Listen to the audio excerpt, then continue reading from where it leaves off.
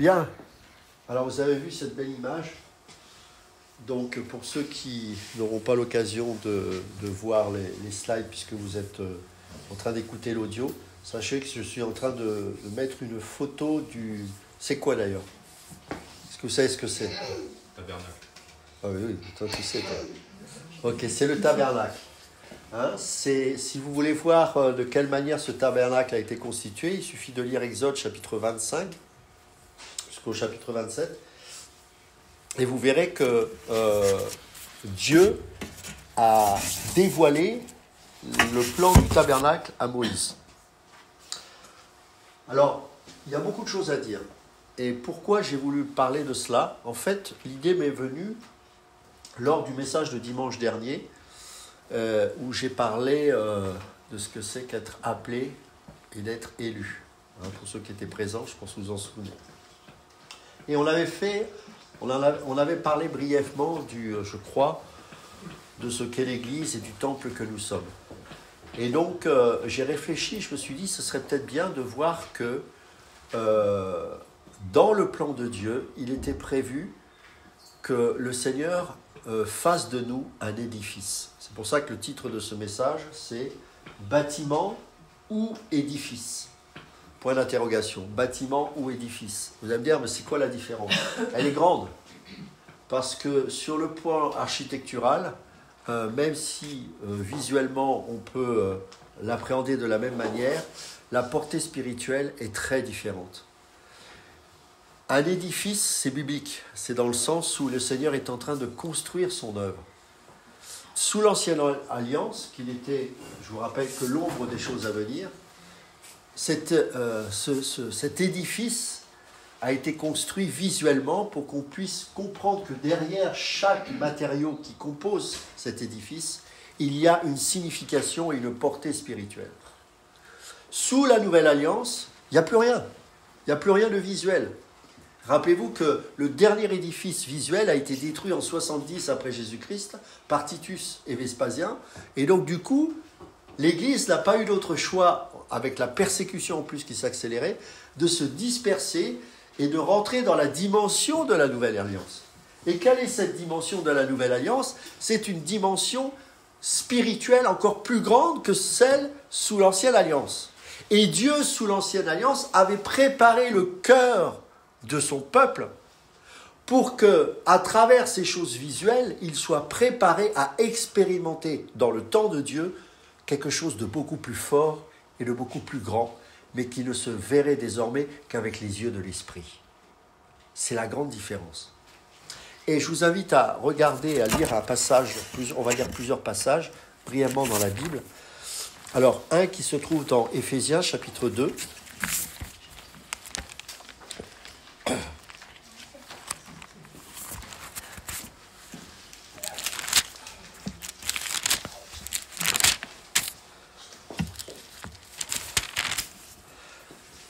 On va lire à partir du verset 1.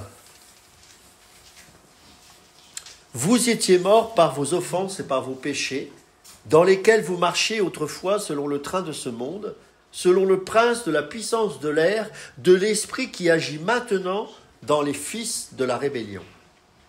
Nous tous aussi, nous étions de leur nombre, et nous vivions autrefois selon les convoitises de notre chair, accomplissant les volontés de la chair et de nos pensées, et nous étions par nature des enfants de colère comme les autres.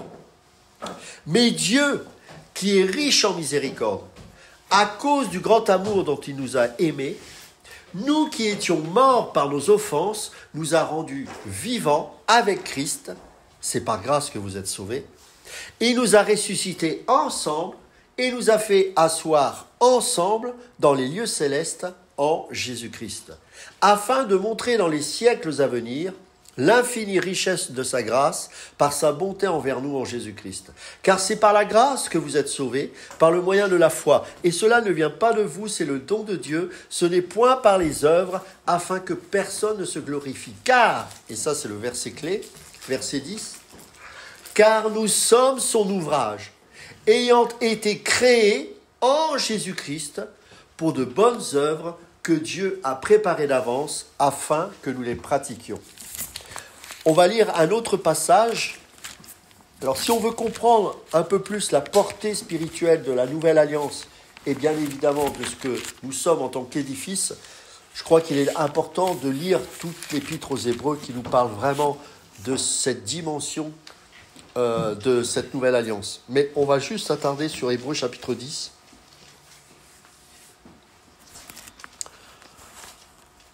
Et regardez ce qui est dit concernant cette nouvelle alliance par rapport aux anciennes instructions qui étaient données dans l'ancienne alliance par rapport à la loi. Et c'est vraiment un passage qui est incroyable. Hébreux chapitre 10, à partir du verset 1. En effet, la loi qui possède du nombre des biens à venir, et non l'exacte représentation des choses, ne peut jamais, par les mêmes sacrifices qu'on offre perpétuellement chaque année, amener les assistants à la perfection. Donc on voit bien que les sacrifices, ce tabernacle que vous voyez là, on y faisait bien sûr des sacrifices pour le pardon du peuple. Et ce sont les Lévites et les sacrificateurs qui avaient pour mission d'offrir ces holocaustes. Mais ici, on voit que dans l'Épître aux Hébreux, il est bien précisé que ces choses qu'on offre perpétuellement chaque année ne pouvaient pas nous amener à la perfection. Et il rajoute au verset 2, « Autrement n'aurait-on pas cessé de les offrir, puisque ceux qui rendent ce culte, étant une fois purifiés, n'auraient plus aucune conscience de leurs péchés. » Mais le souvenir des péchés est renouvelé chaque année. C'est-à-dire que chaque année, il fallait recommencer parce que le péché était toujours présent et le souvenir des péchés est renouvelé chaque année par ces sacrifices, car il est impossible que le sang des taureaux et des boucs ôte les péchés. Je répète, il est impossible que le sang de taureaux et des boucs ôte les péchés. C'est pourquoi Christ, entrant dans le monde, dit « Tu as voulu ni sacrifice, ni offrande, mais tu m'as formé un corps. Tu n'as agréé ni holocauste, ni sacrifice pour le péché. Alors j'ai dit, voici, je viens dans le rouleau du livre, il est question de moi, pour faire, ô Dieu, ta volonté. Après avoir dit d'abord, tu n'as voulu et tu n'as agréé ni sacrifice, ni offrande, ni holocauste, ni sacrifice pour le péché, ce qu'on offre selon la loi, il dit ensuite, voici, je viens pour faire ta volonté. Et regardez ce qu'il est dit, il supprime ainsi la première chose pour établir la seconde. C'est en vertu de cette volonté que nous sommes sanctifiés par l'offrande du corps de Jésus-Christ une fois pour toutes.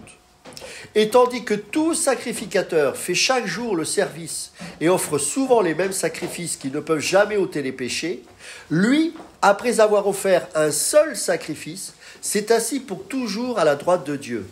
Il attend désormais que ses ennemis soient devenus son marchepied.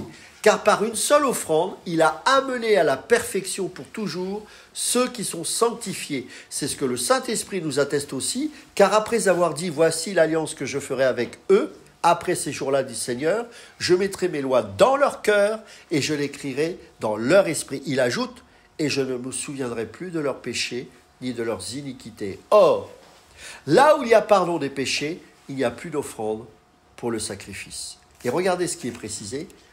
Ainsi donc, frères, nous avons au moyen du sang de Jésus une libre entrée dans le sanctuaire. Alors, il fait mention à cette partie-là. Alors évidemment, sous le temple d'Hérode, c'était un bâtiment de pierre, mais il reprenait le même ordre et la même architecture. Et donc, il y avait dans le bâtiment, si on peut appeler ça comme ça, deux parties, le lieu saint et le lieu très saint. Et entre le lieu saint et le lieu très saint, il y avait une séparation qui était faite par un voile.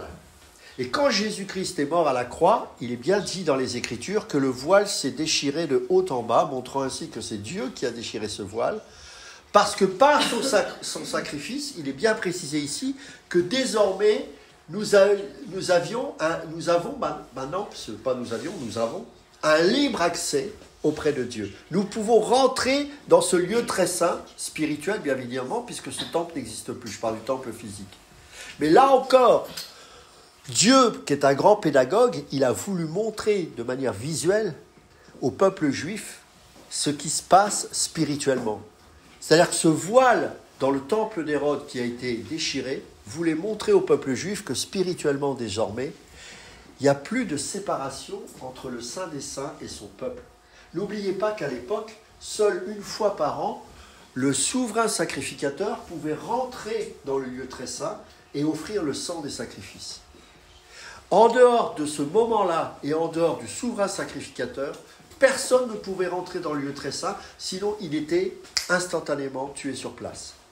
C'était pour montrer que Dieu siégeait là, dans le Saint des Saints, et qu'en tant que Saint des Saints, aucun homme pécheur ne pouvait venir dans ce lieu-là.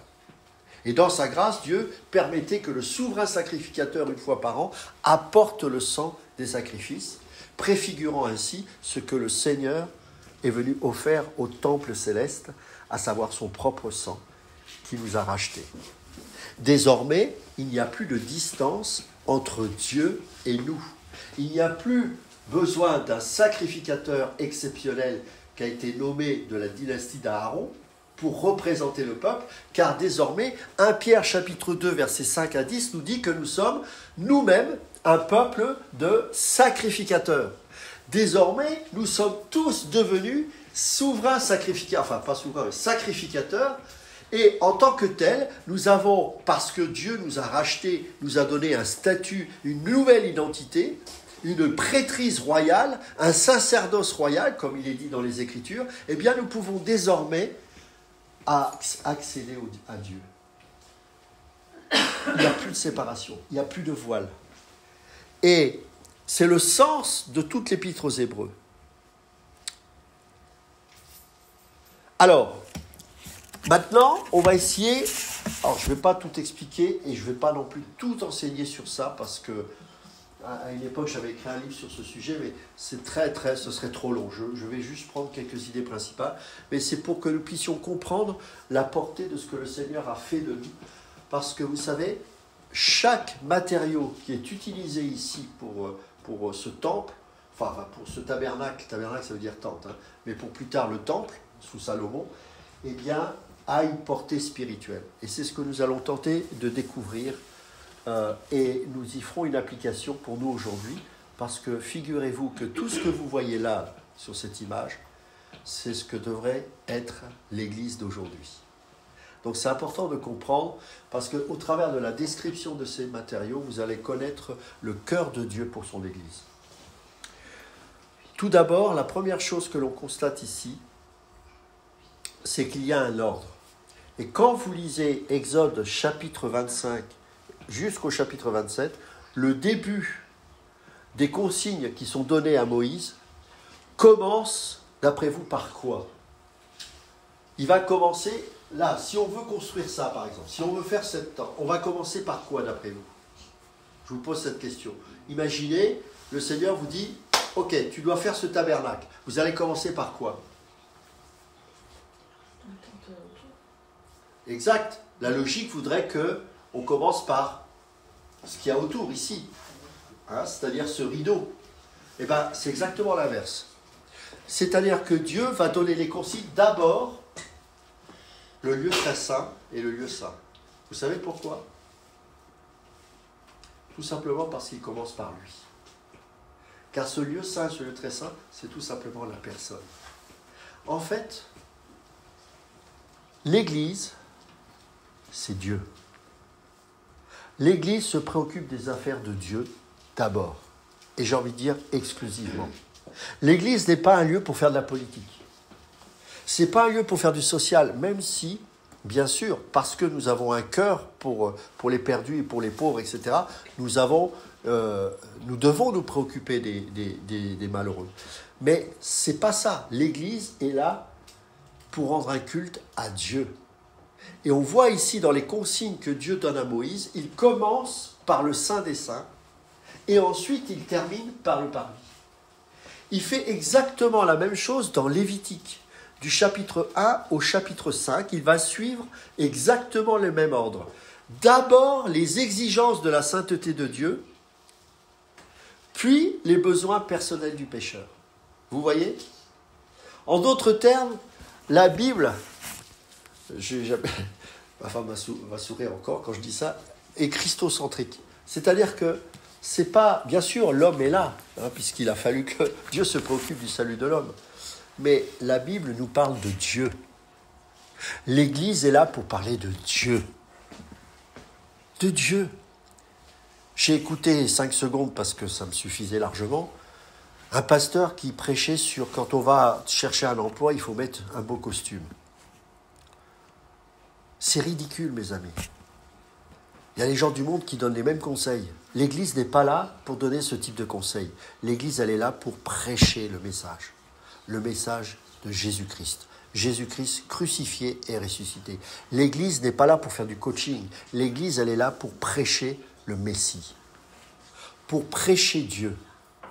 Et tout ce qui concerne le tabernacle, vous verrez que c'est exclusivement tourné vers Dieu. Au livre d'Exode, au chapitre 25 et au verset 8, il est écrit ceci. « Ils me feront un sanctuaire et j'habiterai au milieu d'eux. » Qu'est-ce que ça veut dire ? Le peuple juif vivait sous un régime théocratique. C'était une théocratie. Qu'est-ce que ça veut dire ? Est-ce que vous savez ce que ça veut dire, une théocratie ? C'est la religion qui dirige. Ouais, en fait, c'est Dieu qui dirige. Théos, c'est Dieu. Et cratie, c'est le gouvernement, la science des choses. Et donc, en fait, théocratie, il n'y avait pas un président, il n'y avait pas un roi. Enfin, si, il y en avait un. C'était Dieu. Et il régnait sur son peuple. Et quel était le centre de cette, je dirais, l'Élysée spirituelle, quelque part, quel était le centre spirituel et gouvernemental de ce peuple ? C'était ça. C'était le tabernacle. Et quand le temple a été construit par Salomon, il faut savoir que toute la nation d'Israël était centrée sur ce temple. Le pouvoir était spirituel. Et il était concentré sur le temple. Et les dirigeants, y compris plus tard, lorsque malheureusement le peuple juif perdra son autorité, son pouvoir sous Rome, eh bien, il y aura quand même un roi Hérode, mais ce n'était pas un juif. Et il faut savoir que les autorités, au-delà du roi Hérode, les autorités, c'était les pharisiens et les sadducéens. C'était une autorité spirituelle. Et donc, c'est les prêtres qui délibéraient sur les sujets de la société. S'il y avait des problèmes, s'il y avait des divorces, s'il y avait des impôts, s'il y avait des choses comme ça. En fait, tout était détenu par... le pouvoir, en tout cas, était détenu par les religieux. Alors, évidemment, il y a eu des dérives. Malheureusement, ils en ont abusé et plus qu'abusé. Toujours est-il qu'à l'origine, le régime du peuple juif était un régime théocratique, c'est-à-dire que Dieu dirigeait directement sur son peuple. Donc là, il est dit dans ce passage, « Ils me feront un sanctuaire et j'habiterai au milieu d'eux. » Qu'est-ce que ça veut dire, « j'habiterai au milieu d'eux » ?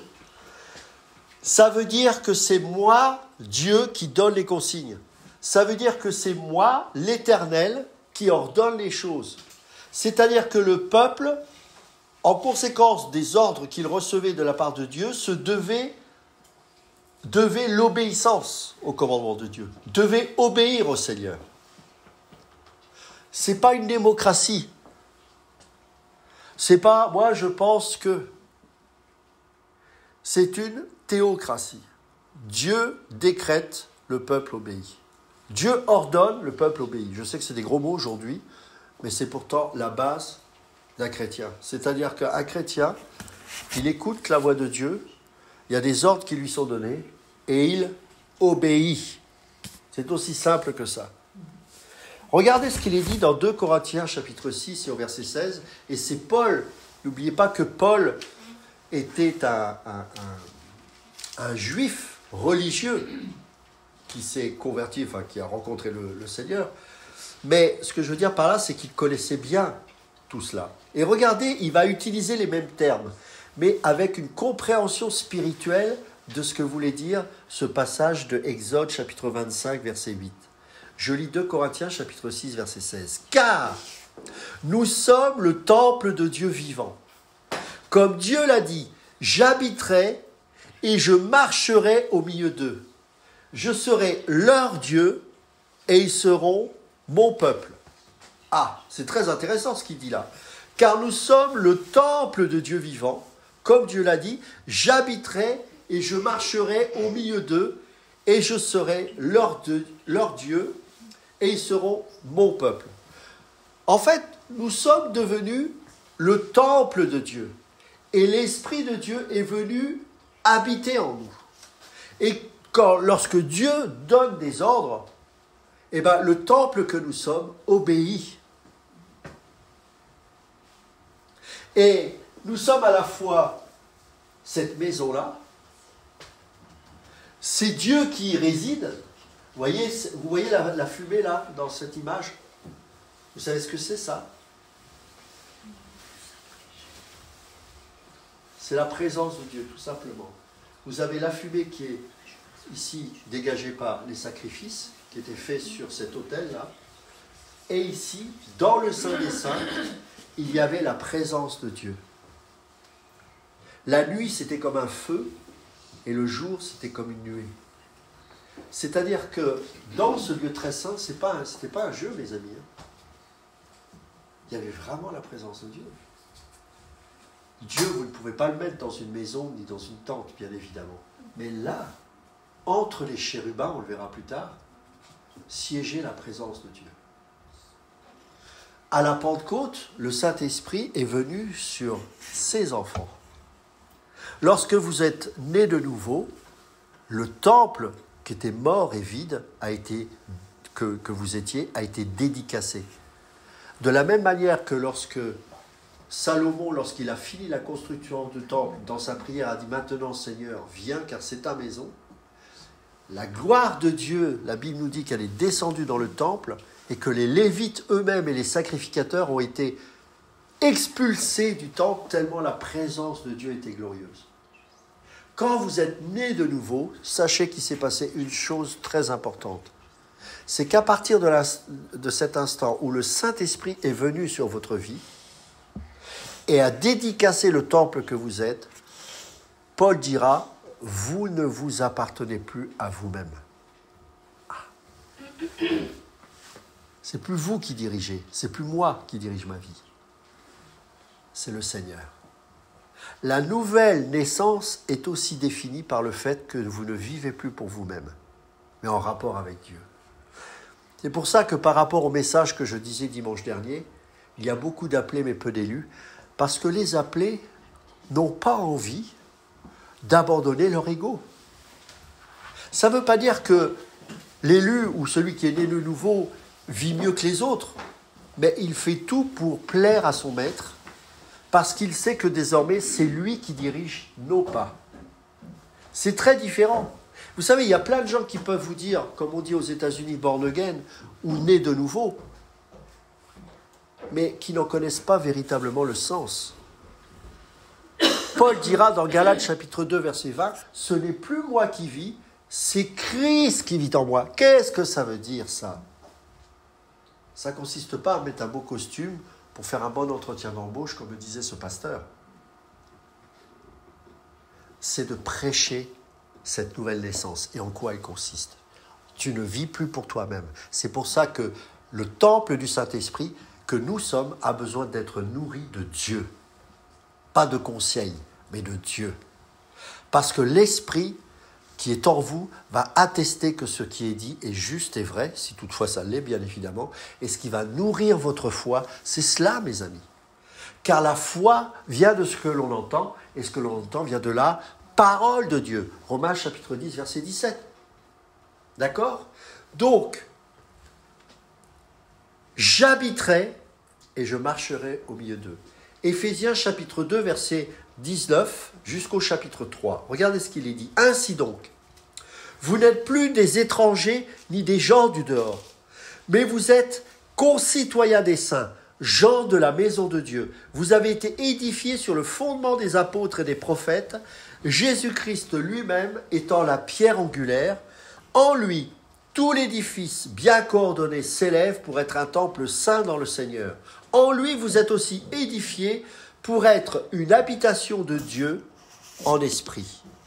Et regardez ce qui est dit un peu plus loin dans Éphésiens chapitre 3. « À cause de cela, moi, Paul, le prisonnier du Christ pour vous, païens, si du moins vous avez appris quelle est la dispensation de la grâce de Dieu qui m'a été donnée pour vous. C'est par révélation que j'ai eu connaissance du mystère sur lequel je viens d'écrire en peu de mots. Connaissance du mystère sur lequel... » Pardon, je viens d'écrire un peu de mots, je viens de lire. « En les lisant, vous pouvez vous représenter l'intelligence que j'ai du mystère de Christ. » L'intelligence du mystère de Christ, il est là. Ça, c'était des choses visuelles. Paul a reçu une autre révélation. C'est que désormais, tout a une portée spirituelle. Pas besoin de pierre et de briques. Juste s'appuyer sur le rocher, sur la pierre angulaire qui est Christ. Car désormais, nous sommes devenus un édifice, comme il est dit dans Éphésiens 2, un édifice.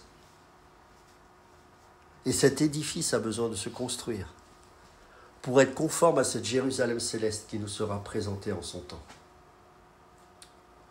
Tu peux mettre l'autre slide, s'il te plaît? Ok, on va y aller tout doucement. Bon, on ne fera pas tout d'un coup parce que ça risque d'être un peu long. Ici, vous voyez bien ici, ça, est-ce que vous savez ce que c'est ça? Oui. En fait, c'est l'entrée du parvis. Tu peux revenir sur le slide d'avant? C'est ça, en fait, vous voyez? Et quelque chose de très intéressant, c'est le seul endroit que vous devez prendre pour pénétrer dans ce lieu. Il n'y a qu'un passage, c'est celui-là.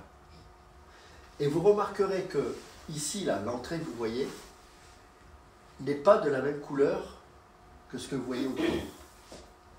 Tu peux venir sur le slide après. Ici, là, cette ouverture fait 10 mètres de large.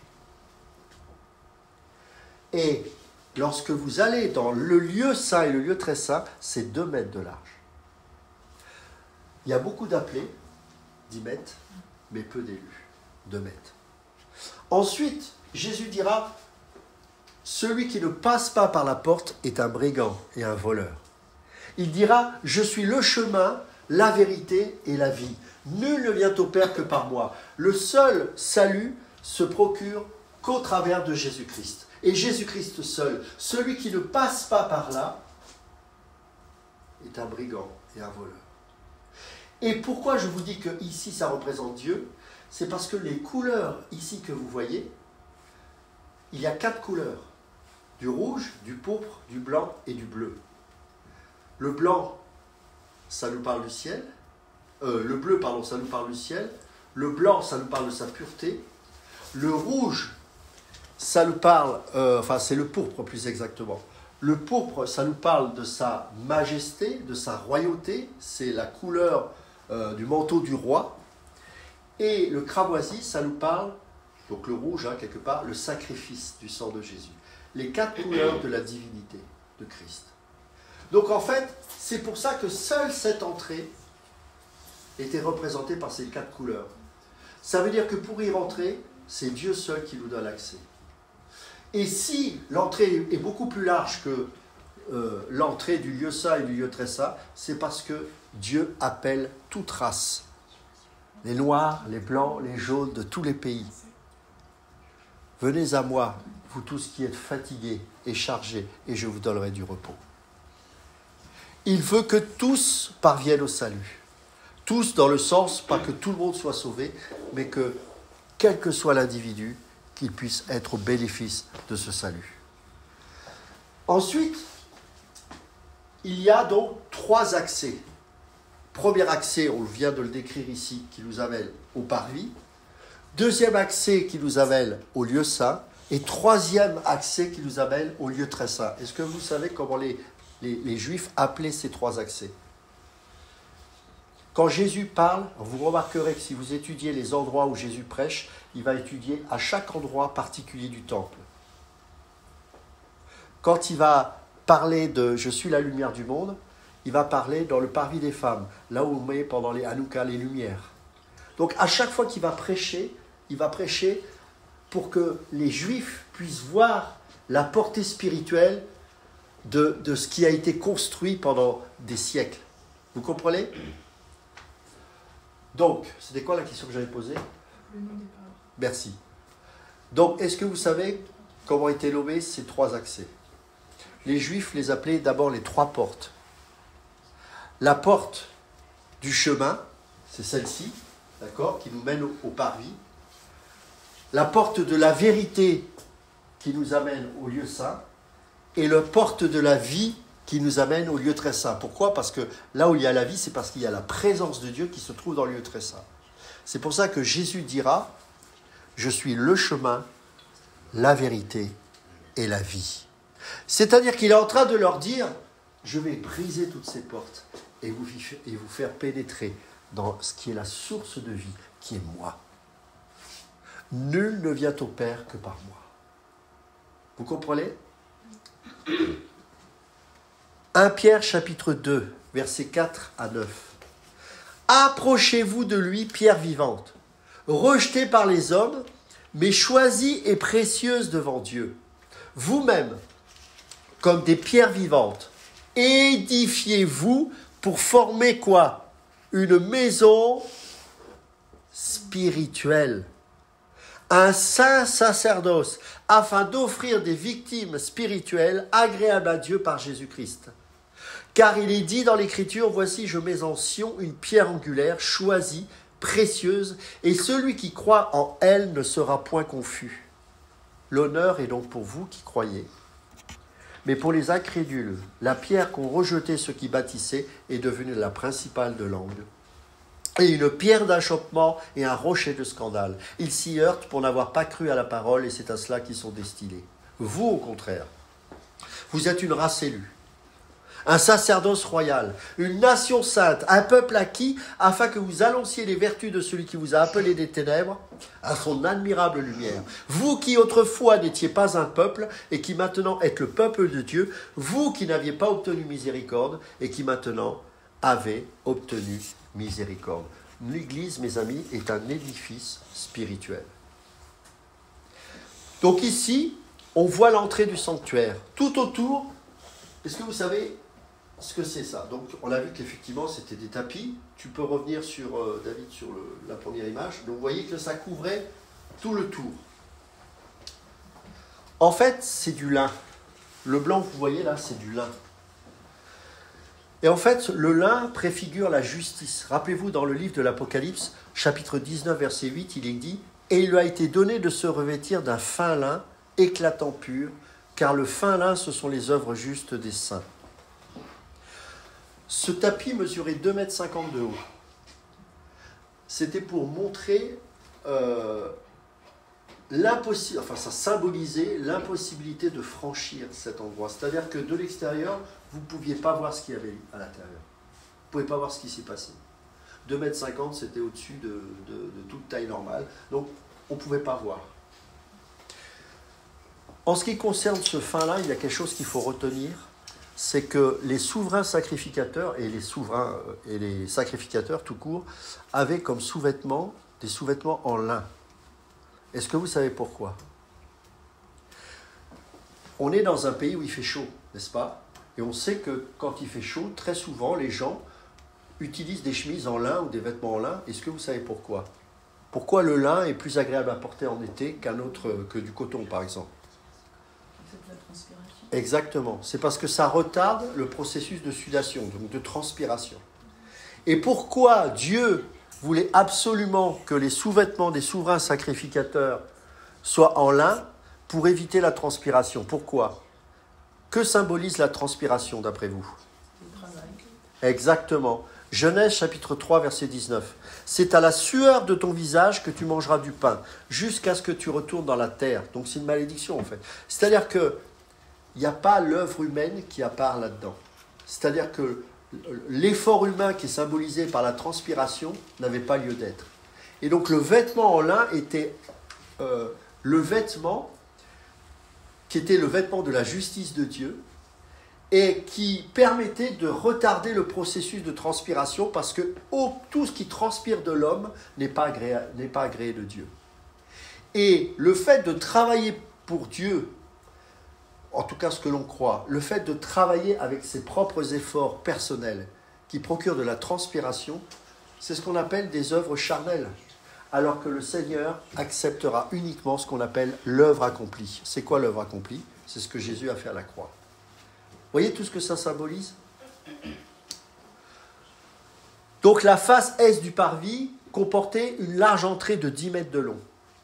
Le rideau de cette entrée était, comme je disais, de fin lin rotor, mais cette fois avec toutes ces couleurs-là, hein, qu'on a citées, hein, le bleu, le pourpre, le cramoisi, et aussi le blanc.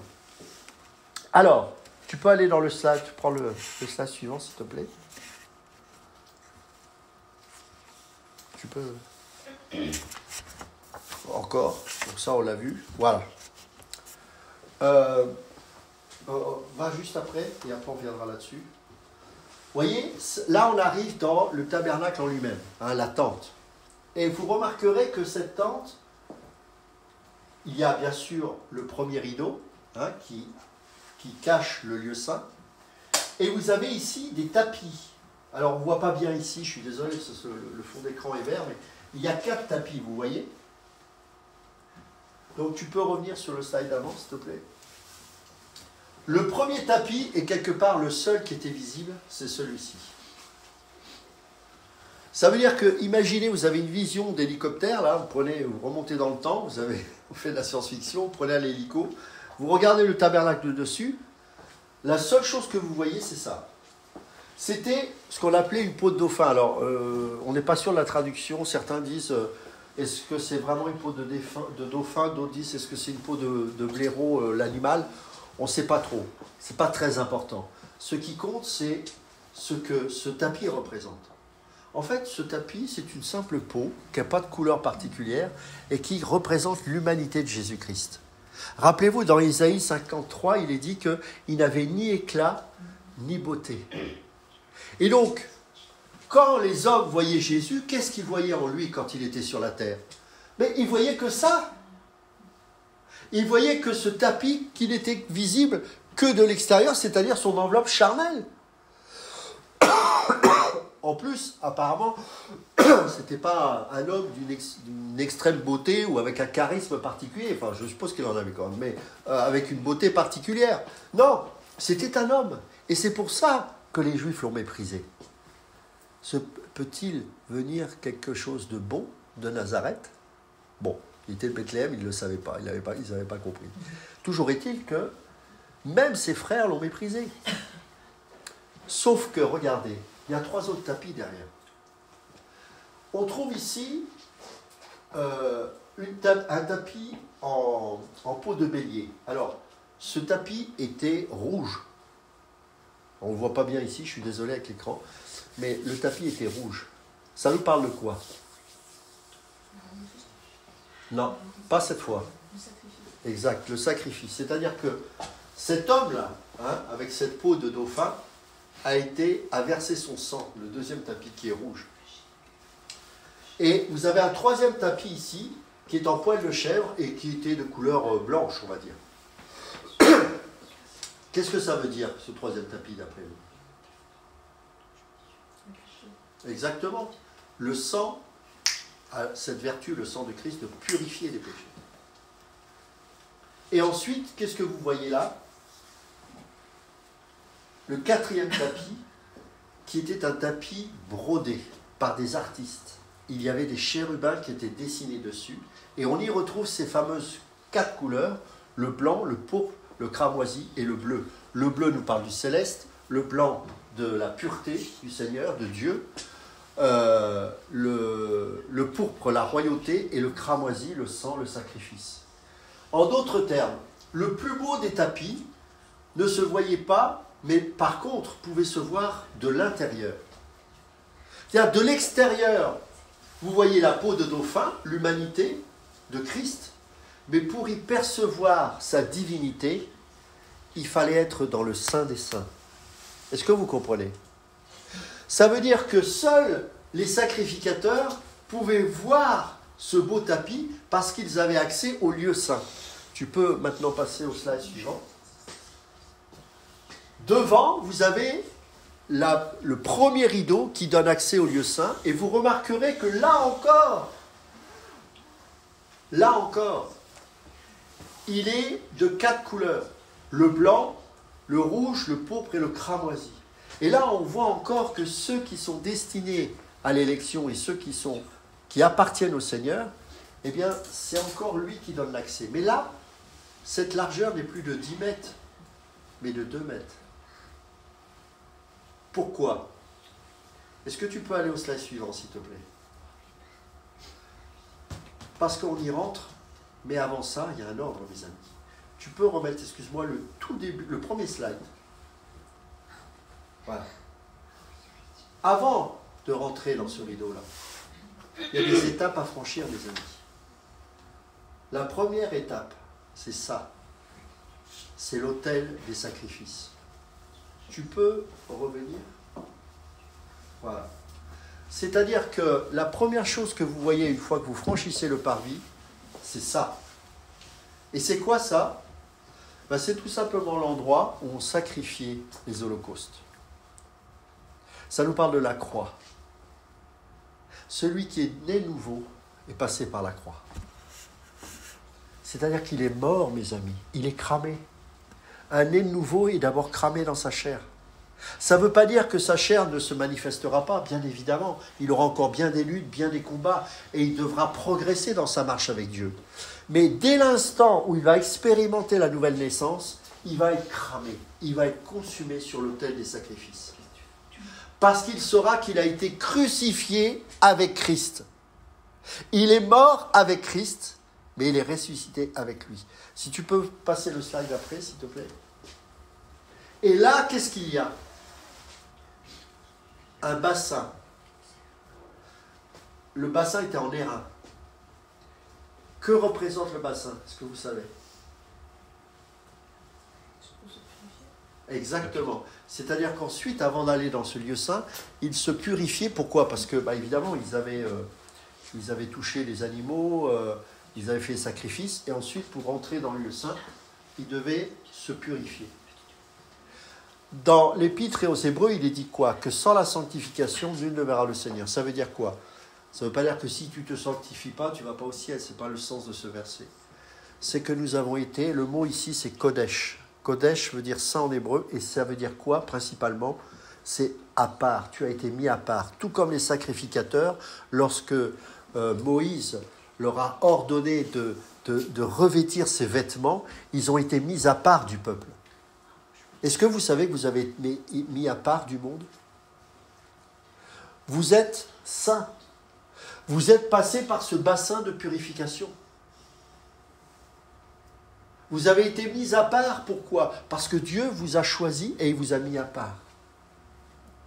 1 Pierre chapitre 2 verset 11, il est dit que « Je vous exhorte en tant qu'étrangers et voyageurs sur cette terre à vous abstenir à vos convoitises charnelles qui font la guerre à l'âme. » Qu'est-ce que ça veut dire?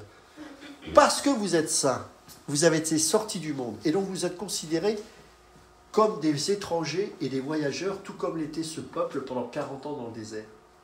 Nous sommes aujourd'hui dans une forme de désert et nous promenons notre tabernacle céleste en nous-mêmes.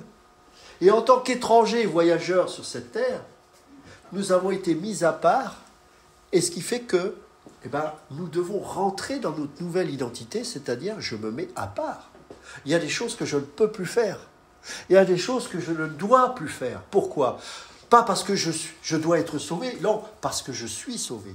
Parce que je ne suis plus le même. Parce que le Seigneur m'a mis un nouveau vêtement de fin lin de justice qui fait que je ne peux plus marcher comme les autres gens du monde parce que je ne suis plus du monde. Certes, je vis dans le monde, mais je ne leur appartiens plus. Vous comprenez la différence? C'est important ça. Maintenant, tu reviens sur... je ne sais pas où on en était, mais voilà. Reviens en arrière. Encore. Voilà. Donc, on rentre, la croix, on est mis à part. Et là maintenant, tu reviens 4 slides plus tard, encore un autre, encore. Voilà. Et là, on rentre dans la maison même de Dieu, où il y a le lieu saint et le lieu très saint. Et ce qui est incroyable, et c'est pareil pour le temple, hein, le temple avait la même architecture, la même disposition, les mêmes matériaux. Ce qui est très intéressant ici, c'est que, regardez, vous savez ce que c'est ça? Tout autour, il y a une ossature. Vous êtes d'accord? Il faut bien que c'est pas fait d'air, il y a une ossature. C'est quoi cette ossature-là? C'est des planches en bois d'acacia. Et chaque planche était recouverte d'or pur. Et ici, vous voyez, il y a des barres. Vous les voyez là?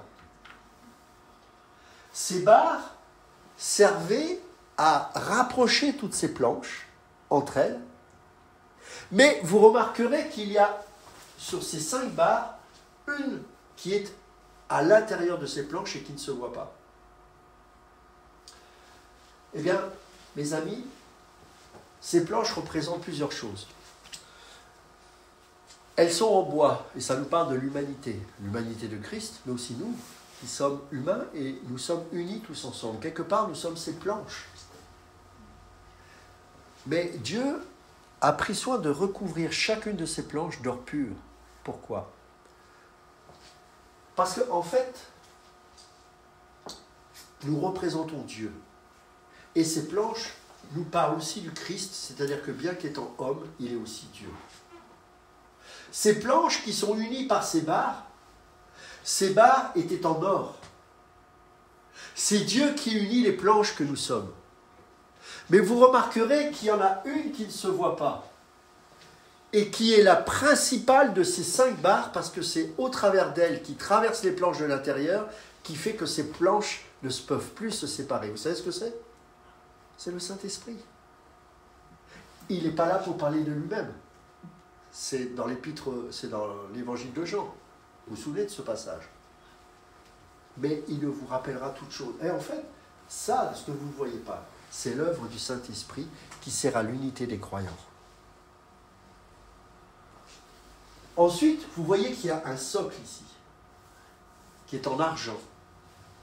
La base de cet édifice, c'est la rédemption. Parce que l'argent, ces objets, enfin, comment on appelle ça? Ces bases, ces socles qui étaient en argent, c'était tout simplement fait par tout l'argent, tous les matériaux en argent qui étaient récupérés d'Égypte et qu'ils ont fait fondre, et c'est sous l'ordre de Dieu, pour créer ces socles-là. Ça nous parle de la rédemption, tout simplement. Et donc, toutes ces planches réunies sont fixées et ont pour base la rédemption, le rachat. Donc, c'est ce qui va composer le lieu saint et le lieu très saint. Maintenant, si tu peux passer au slide d'après, s'il te plaît. Voilà ce que nous trouvions dans le lieu saint. Vous voyez? Alors, je ne sais pas si on voit bien, ce mon fond est vert, c'est pas terrible. Donc, la première chose que vous voyez, c'est quoi? Hein? Le chandelier, exactement. Jésus dira, je suis la lumière. Il y a 7 branches qui nous parlent, du chiffre 7 nous parle de la perfection de Dieu. Vous avez ici des calices qui intégraient l'huile. C'est ce qui permettait de faire garder le chandelier tout le temps allumé. L'huile, bien sûr, nous parle du Saint-Esprit. Mes amis, laissez-moi vous dire une chose. L'Église, pour qu'elle brille, il faut qu'elle brille de Dieu. Il faut qu'elle brille de la lumière de Christ. L'Église n'est pas là pour faire briller les hommes, contrairement à ce qu'on fait dire à certains. L'Église n'est pas là pour régner dans ce monde. La véritable Église, elle est persécutée. La véritable Église est peu nombreuse. La véritable Église est là pour porter la lumière du Christ. Nous sommes la lumière du monde. Et beaucoup de gens interprètent ça en disant on doit avoir une influence. Oui, mais pas une influence pour se réaliser soi-même. Une influence pour que le monde sache que Dieu existe et qu'il règne, qu'on le veuille ou pas, il règne. Ça, c'est ce que nous sommes appelés à vivre. Il est temps que l'Église brille de toute sa lumière pour manifester le Christ. il y avait une table où figuraient les pains, où étaient posés les pains de proposition. Et ça nous parle bien sûr de la communion que nous avons. Partage du pain, la scène par exemple. C'est la communion des saints. Et puis, il y avait l'autel des parfums, que vous voyez ici.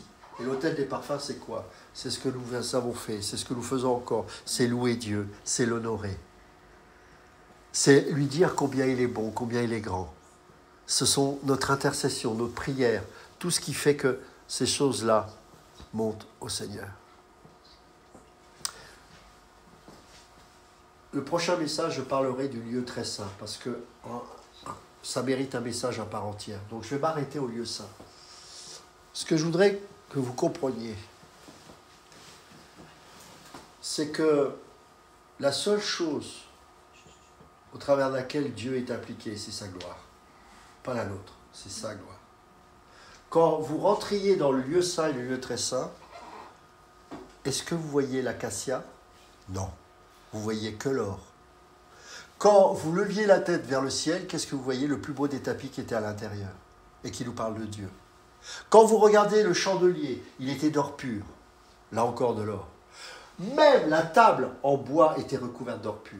C'est-à-dire que quand vous rentriez dans le lieu saint, il n'y avait que de l'or, que de l'or, que de l'or. Et si vous vouliez échapper à cet éblouissement, parce que ça devait éblouir, c'est pour ça qu'un seul chandelier suffisait pour tout éclairer, tellement il y avait de l'or, eh bien, lorsque vous leviez la tête vers le ciel, qu'est-ce que vous voyez? Vous y voyez le tapis qui représente Dieu, avec les 5 couleurs. Donc en fait, qu'est-ce que ça veut dire? On y voyait Dieu, Dieu, Dieu, Dieu, Dieu, que Dieu. Dans l'Église, on doit y voir Dieu, Dieu, Dieu, Dieu et Dieu, et encore Dieu. Point barre. N'écoutez pas des messages centrés sur l'homme. Je fais un métier, on fait beaucoup de consulting, de choses comme ça. On sait très bien faire ces choses-là, il n'y a pas besoin de pasteur. Les gens du monde savent. Pour avoir une vie meilleure, il suffit d'avoir du bon sens, de lire un peu Proverbes, Ecclésiaste, et ça ira bien. Mais ce n'est pas le sujet. L'Église que nous sommes, parce qu'encore une fois, c'est nous qui sommes l'Église, eh bien, nous devrions être concernés que par Dieu. Si je travaille, si je fais des études, si je suis dans l'excellence, c'est parce que je dois comprendre que je suis concerné par Dieu et Dieu seul. Ce n'est plus moi qui vis, c'est Christ qui vit en moi. Le mot en grec, quand Paul dit ça dans l'Épître aux Galates, c'est « ce n'est plus ego qui vit ». Ego veut dire moi, c'est Christ qui vit en je. Le mot en grec, c'est le je. C'est-à-dire que Dieu n'annihile pas ta personne, mais il veut que ton ego cesse. Le moi, je pense que, on s'en fout. Qu'est-ce que Dieu pense? Moi, j'aimerais que, on s'en fout. Qu'est-ce que Dieu veut? Je sais qu'aujourd'hui, on n'a plus envie d'entendre ça. Mais le message n'a pas évolué avec le temps. La croix n'a pas changé. La croix reste la croix. La mort à soi, c'est la mort à soi. Et c'est ça qu'on a besoin d'entendre. Souffre comme un bon soldat, sachant que ta récompense sera bonne. On n'a pas d'autre choix que de vivre pour lui. Parce que l'Esprit qui est en nous nous pousse à le faire. Parce que c'est ce qui nous rend heureux. Les véritables élus sont concernés principalement par Dieu. Est-ce que pour autant ils ne travaillent plus, ils sont dans le désert en train de geler? C'est pas ça. Mais tout ce qu'ils font, ils le font pour honorer leur Dieu. Et quoi qu'il puisse arriver dans leur vie, si toutefois ce n'est pas les conséquences de leur péché, eh bien ils bénissent Dieu, dans les temps de malheur comme dans les temps de bonheur. Et pour terminer, j'aimerais vous dire ceci. J'ai assisté à la remise de diplôme de ma fille vendredi, et je l'ai partagé avec Néla, et je regardais, il y avait beaucoup de filles, de jeunes filles ou de jeunes femmes, et j'étais très touché. Mais en même temps, j'étais triste parce que je me disais, j'étais heureux de voir cette énergie, ça me donnait un peu d'espoir, je ne suis pas quelqu'un de très optimiste de nature, mais que quand je voyais toute cette énergie, cette envie, j'ai dit, ah, ça fait quand même plaisir de voir ce dynamisme, ces filles qui se sont consacrées pour leurs études et qui vont, j'espère, impacter leurs entreprises.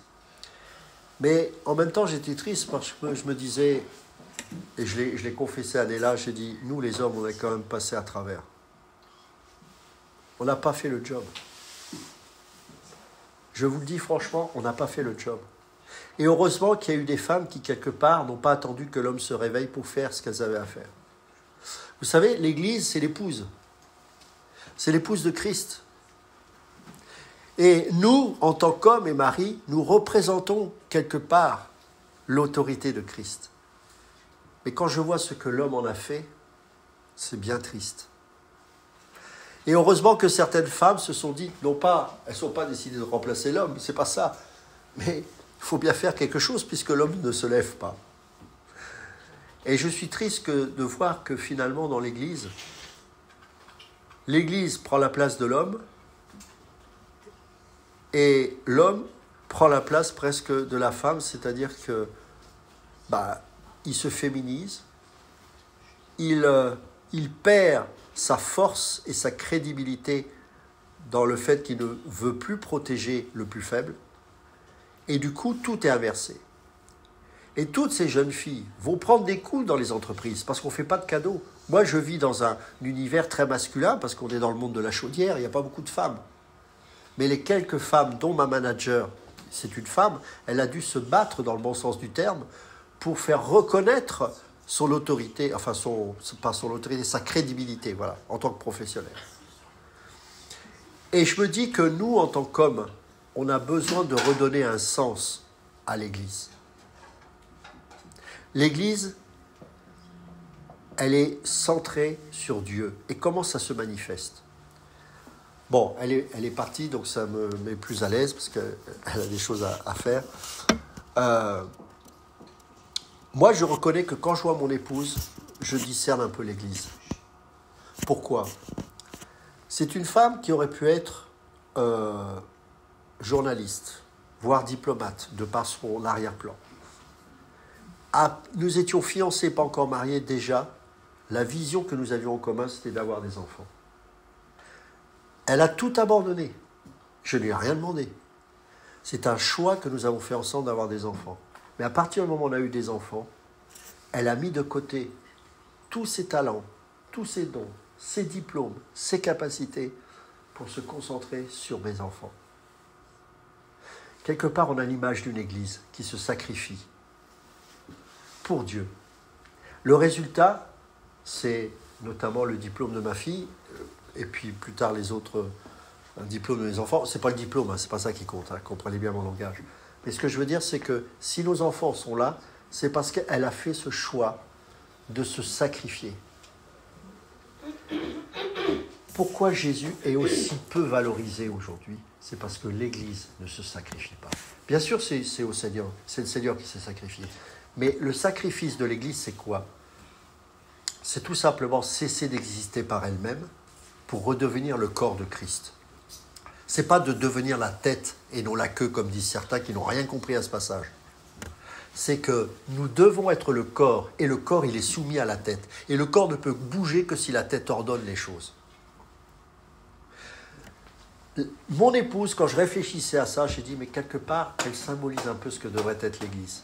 Être capable de mettre de côté ses intérêts personnels, ses ambitions personnelles, pour une cause qui la dépasse, qui est celle de ses enfants. De la même manière, l'Église perd ses querelles de clocher et ses égocentrismes pour la cause de Christ. Bien sûr qu'il n'a pas besoin de se défendre, mais dans sa nature, l'Église, elle a pour vocation de révéler le Seigneur, de l'adorer, de le manifester. Vous comprenez ? C'est très différent. Et c'est pour ça qu'au travers de cet exemple du tabernacle, on voit que beaucoup de gens ont essayé d'inverser les tapis. Le plus beau des tapis était à l'extérieur. Ça, c'est ce que font les prostituées. Les prostituées, eh bien, elles mettent leurs beaux apparats pour attirer l'autre. Mais une fois que l'acte est consumé, c'est la mort. L'église véritable, c'est l'inverse. Son plus beau apparat, c'est Christ en nous, espérance de gloire. C'est toute la différence. Et je bénis Dieu d'avoir compris ça très tôt, ce qui m'a gardé de bien de soucis. Beaucoup de gens ont voulu s'associer à moi. Des gens qui, parfois, paraissaient d'un intérêt. Certains, c'était pour avoir un salaire. Certains, c'était pour avoir une gloire ou des choses comme ça. Vous savez, il faut fuir tout ça. Restons centrés sur le Seigneur. Tout ce que le Seigneur vous a donné dans votre vie, que ce soit au travers de vos enfants, de vos maris, de vos épouses, faites tout conformément au Seigneur et vous serez non seulement épanouis, mais vos enfants, vos maris, vos épouses seront épanouis à partir du moment où vous mettez en pratique tout ce que le Seigneur nous recommande. Ce n'est plus moi qui vis, c'est Christ qui vit en moi. La seule chose que je désire dans ma vie, je vais vous le dire, c'est que je puisse mourir en paix et avoir la certitude que j'ai donné le maximum de ma vie. Pour Dieu, bien évidemment, mais aussi pour ma famille, pour ma femme et pour mes enfants. Et bien sûr, pour le corps de Christ. Le reste, ça n'a aucun intérêt.